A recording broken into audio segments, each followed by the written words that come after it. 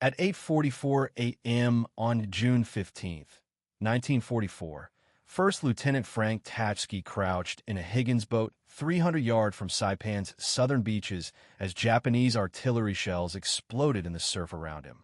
The 29-year-old Marine officer from New Brighton, Pennsylvania, commanded 40 men behind him, every single one selected from the brig or punishment details, and their mission required them to work alone behind enemy lines for days at a time against an island garrison. The intelligence estimated at 30,000 Japanese troops. Tachovsky's scout sniper platoon had trained for 6 months at Camp Tarawa in Hawaii, but Saipan would be their first combat operation, and Marine Corps planners had already calculated that scout sniper casualties in the Pacific Theater averaged 73%. The platoon behind Tachovsky represented the Marine Corps' second experiment with elite reconnaissance units. After the bloody Battle of Tarawa 7 months earlier, Colonel James Risley of the 6th Marine Regiment had requested permission to form a specialized scout sniper platoon. The Marine Corps had lost 994 men at Tarawa in just 76 hours. Risley believed that better intelligence about Japanese fortifications could reduce those casualties. He needed men who could kill silently, map enemy positions, and survive alone in hostile territory. Standard Marine training produced excellent riflemen and assault troops, but Risley needed something different. He needed men who thought for themselves, who ignored rules, who fought dirty. He found them in the punishment details. Tachovsky had specific recruiting criteria. When 2 Marines got into a fight, the winner went to the brig, while the loser went to the infirmary. Tachovsky wanted the winner. A man with a disciplinary record for brawling had proven he could handle himself in close combat. The Marine Corps called such men troublemakers. Tachovsky called them survivors. Over 2 months at Camp Tarawa, he assembled 42 Marines from various punishment details across the 2nd Marine Division. The youngest was 17. The oldest was 34. Most had criminal records before joining the Marines. Several had been arrested for theft, assault, or fighting. One had been a professional boxer. Another had worked as a bodyguard for a Chicago gangster. The Marine Corps had given these men a choice: military prison or combat duty. They chose combat. Training at Camp Tarawa focused on skills the regular Marine Corps did not teach: silent killing techniques with knives and bare hands, how to approach a sentry from behind and break his neck without making sound, how to move through jungle terrain without disturbing vegetation, how to read Japanese maps and documents, how to call in naval gunfire and artillery strikes. The platoon practiced with M1903 Springfield rifles fitted with 8-power unhurled scopes. They learned to shoot from 600 yards and hit a man-sized target. They trained with bazookas, learning to destroy tanks and fortified positions. They studied Japanese tactics, learning how the enemy defended islands and where they positioned troops. The platoon also learned to steal. Marines were notorious thieves by necessity. The Marine Corps was the poorest equipped branch of the American military in 1944. Marines received surplus weapons from World War I, outdated equipment, and inadequate rations. To survive, they stole from better supplied Army and Navy units. Tachovsky's men excelled at theft. They raided Army supply depots for food, Navy warehouses for equipment, and even stole jeeps and trucks. Other Marines in the 6th Regiment nicknamed them the 40 Thieves. The name stuck. By June 1944, the 40 Thieves had completed their training. They knew how to fight, how to hide, and how to kill without making noise. They had memorized Japanese fortification patterns and studied aerial photographs of Saipan.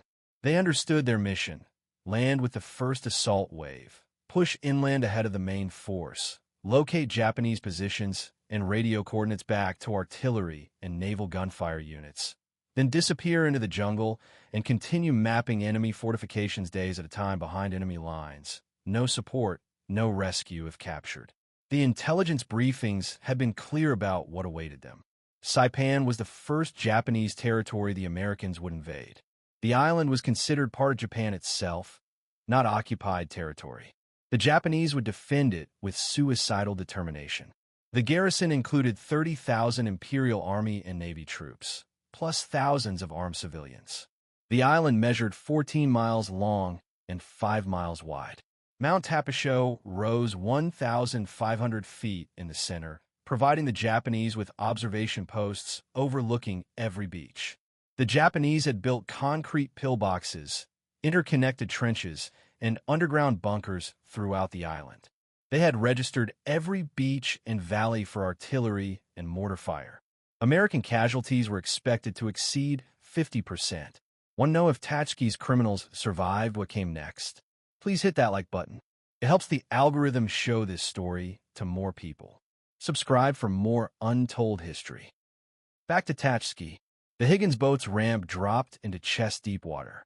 Tachovsky led his men forward through the surf as machine gun fire kicked up spray around them. They reached the beach at 8:47 a.m. Japanese mortars began landing among the assault waves. Men died in the surf, in the sand at the seawall. Tachovsky's platoon moved inland fast. Their orders were simple: keep moving, find the Japanese, radio their positions, stay alive.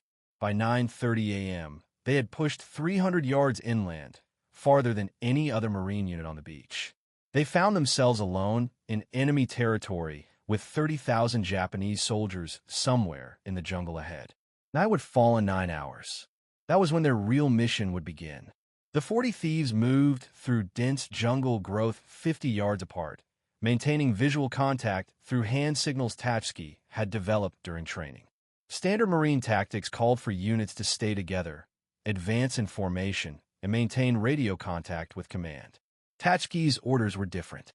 His platoon would operate independently, reporting enemy positions but making their own tactical decisions. No other Marine unit on Saipan had that authority. At 10:15 a.m., Sergeant Bill Knuppel spotted the first Japanese position, a concrete pillbox built into the side of a ridge with interlocking fields of fire covering the valley below, where the 2nd Marine Division would advance later that afternoon. The pillbox housed a Type 92 heavy machine gun with a crew of 7. The Japanese had camouflaged the position with vegetation and positioned it to remain invisible from the beach. Marine assault units advancing through the valley would walk directly into the kill zone. Tachovsky's map showed 3 possible routes for the Marine advance. The Japanese machine gun covered all 3. Taking out the position would save dozens, possibly hundreds of Marine lives, but attacking it would reveal the 40 thief position and compromise their reconnaissance mission. Tachovsky made the decision in 30 seconds. The platoon had carried a bazooka specifically for situations like this. Private Marvin Strombo positioned himself 80 yards from the pillbox while the rest of the platoon provided security. At 10:32 a.m., Strombo fired 1 round. The rocket hit the pillbox's firing slit and detonated inside. The explosion killed the entire Japanese crew instantly. Before the smoke cleared, Tachovsky's platoon had already moved 300 yards deeper into the jungle. They left no trace of their presence except the destroyed pillbox. When 2nd Marine Division units advanced through the valley 4 hours later, they encountered no machine gun fire from that ridge. By noon, the 40 thieves had identified and mapped 17 Japanese positions, 8 machine gun nests for mortar pits, 3 artillery observation posts, and 2 ammunition storage areas. Tachovsky radioed the coordinates back to regimental headquarters using encoded transmission protocols. Within 20 minutes, naval gunfire from destroyers offshore began hitting the targets. The 40 thieves watched from concealed positions as 5-inch shells demolished Japanese fortifications they had marked 30 minutes earlier. This was their mission: find the enemy, mark them for destruction, and move on before the Japanese realized what was happening. The platoon's advance carried them 2 miles inland by early afternoon, well ahead of any other American unit. They moved through terrain the Marines would not reach for 3 more days. Every 100 yards revealed new Japanese positions. The island was more heavily fortified than intelligence had estimated. Tachovsky counted over 200 enemy soldiers in one valley alone, dug into positions that would take days of frontal assault to capture. But with accurate coordinates, naval gunfire could destroy those positions in minutes. The 40 thieves were changing how the Marine Corps fought. At 3:40 p.m., the platoon discovered something unexpected: a Japanese tank battalion staging area. 37 Type 97 medium tanks sat under camouflage netting in a grove north of Charinkanoa. Marine intelligence had estimated the Japanese possessed maybe a dozen tanks on Saipan. The 40 thieves had just found 3 times that number in one location. The tanks represented the most serious threat to the American beachhead. Japanese doctrine called for mass tank attacks at night when American naval gunfire would be less effective. If these 37 tanks attacked the beach after dark, they could potentially break through Marine lines and reach the vulnerable supply areas. Tachovsky immediately radioed the coordinates. The response from headquarters came back within 8 minutes. Naval gunfire was already engaged, supporting Marine units pinned down near the beach. Airstrikes were committed to other targets. Artillery was still being unloaded from ships. No assets were available to hit the tank battalion for at least 4 hours. By then, it would be dark and the tanks would likely have moved. Tachovsky looked at the 37 tanks and made a calculation. His platoon carried 6 bazookas, 6 rounds per bazooka, 36 rockets total. 37 tanks. The math was almost perfect. The decision violated every tactical principle the Marine Corps taught. A 40-man unit does not attack a tank battalion. But Tachovsky had not recruited Marines who followed principles. He had recruited men who fought dirty and survived. At 4:15 p.m., he gave the order to prepare for assault. The 40 thieves would attack the tank battalion themselves. If they succeeded, they would prevent a potential disaster at the beachhead. If they failed, 40 men would die, and no one would ever know what happened to them in that jungle grove. Strombo checked his bazooka and counted his rockets. 6 shots to kill 6 tanks. They would come down to close combat. Tachovsky positioned his 6 bazooka teams in a semicircle around the tank staging area, spacing them 40 yards apart to maximize coverage. Each team consisted of a shooter and a loader. The plan was simple: hit as many tanks as possible in the first 30 seconds, then withdraw into the jungle before Japanese infantry could respond. The Marines knew they would not destroy all 37 tanks, but even disabling 10 or 15 would significantly reduce the threat to the beachhead. At 4:25 p.m., as the teams moved into position, something changed. The Japanese tanks started their engines. The sound of 37 diesel engines roaring to life simultaneously echoed through the jungle. Japanese tank crews emerged from camouflage dugouts and climbed onto their vehicles. Officers shouted orders. Infantry units began forming up around the tanks. This was not a repositioning movement. This was preparation for attack. Tachovsky checked his watch. 4:28 p.m. sunset was at 7:12 p.m. The Japanese were preparing for a dusk assault earlier than Marine intelligence had predicted. The entire enemy force was now alert and organizing for combat. The window for a surprise attack had closed. Tachovsky made a new decision. His platoon would shadow the tank battalion and report its movements. Attacking now would accomplish nothing except getting his men killed. But tracking the tanks and providing real-time coordinates would allow Marine units at the beach to prepare defenses. He radioed headquarters with updated information. Enemy tank battalion mobilizing for attack. Estimated time of arrival at American lines between 7 o'clock and 8 p.m. The response came back immediately. Maintain observation. Do not engage. Continue reporting. The tank battalion began moving at 5:07 p.m. They advanced in 2 columns along parallel routes toward the coast. Japanese infantry units moved alongside the tanks, approximately 1,000 soldiers total. This was a major assault, not a probing attack. The Japanese intended to break through Marine lines and reach the beaches before nightfall. If they succeeded, they could destroy supply dumps, artillery positions, and command posts. The entire American invasion could collapse in a single evening. The 40 thieves followed the enemy formation, staying 200 yards to the flank and using jungle cover for concealment. Every 10 minutes, Tachovsky radioed updated coordinates showing the enemy's position and direction of movement. Marine units at the beach began repositioning to meet the threat. Bazookas were distributed to frontline units. Sherman tanks from the 2nd Marine Tank Battalion moved forward. Artillery batteries adjusted their aim points. The entire 2nd Marine Division prepared to receive a mass tank attack. At 6:15 p.m., approximately 1 mile from the beach, the Japanese formation halted. Officers gathered for a conference. Tachovsky observed them through binoculars from 300 yards away. The Japanese were arguing about something. One officer pointed toward the coast. Another gestured toward the north. A third officer unrolled a map. The conference lasted 11 minutes. Finally, the officers returned to their units, and the formation changed direction. Instead of continuing straight toward the beach, the tanks turned north. The maneuver surprised Tachovsky.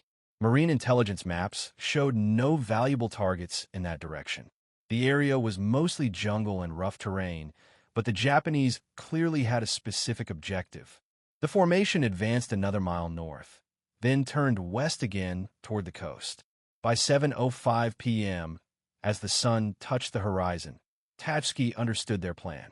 The Japanese were not attacking the main beachhead. They were targeting the gap between the 2nd Marine Division and 4th Marine Division. A successful breakthrough there would split the American forces in half. Tachovsky radioed the warning, but the Japanese had chosen their timing perfectly. Dusk was falling. Radio communication became difficult as Marine units shifted frequencies for night operations. Artillery batteries were in the middle of ammunition resupply. Sherman tanks were refueling. The gap between divisions was defended by just 2 Marine companies, approximately 340 men, against 37 tanks and 1,000 Japanese infantry. At 7:23 p.m., the Japanese attack began. The 40 Thieves watched from elevated ground as enemy tanks rolled forward through the twilight. Marine defensive positions erupted with bazooka fire. The first 3 Japanese tanks exploded in flames, but 34 more kept coming. Japanese infantry charged behind the tanks, screaming and firing. Marines fell back from their initial positions. The Japanese breakthrough was succeeding. Within 15 minutes, enemy tanks would reach the beach. Tachovsky looked at his 6 bazookas and the 34 tanks below. Then he saw something that changed everything. One Japanese tank had separated from the main formation and was heading directly toward the 6th Marine Regiment's command post, where Colonel Risley was coordinating the entire divisional response. The Type 97 tank moved through the darkness at approximately 15 miles per hour, following a ravine that led directly to the command post location. The Japanese tank commander had identified a weakness in Marine defenses, a 200-yard gap where jungle terrain prevented easy positioning of anti-tank weapons. If the tank reached the command post, it could destroy radio equipment, kill senior officers, and paralyze the entire regimental response to the main attack. Colonel Risley and his staff were approximately 400 yards away, completely unaware of the approaching threat. Tachovsky had maybe 3 minutes to act. He grabbed Private Herbert Hayes, the best bazooka shooter in the platoon. Hayes had destroyed 6 targets during training at Camp Tarawa without missing a single shot. But training targets did not move, did not shoot back, and did not have armor plating designed to deflect rockets. The Type 97's frontal armor was 50 millimeters thick, enough to potentially deflect a bazooka round fired at the wrong angle. Hayes would need a perfect side shot to guarantee penetration. Tachovsky and Hayes moved down the slope.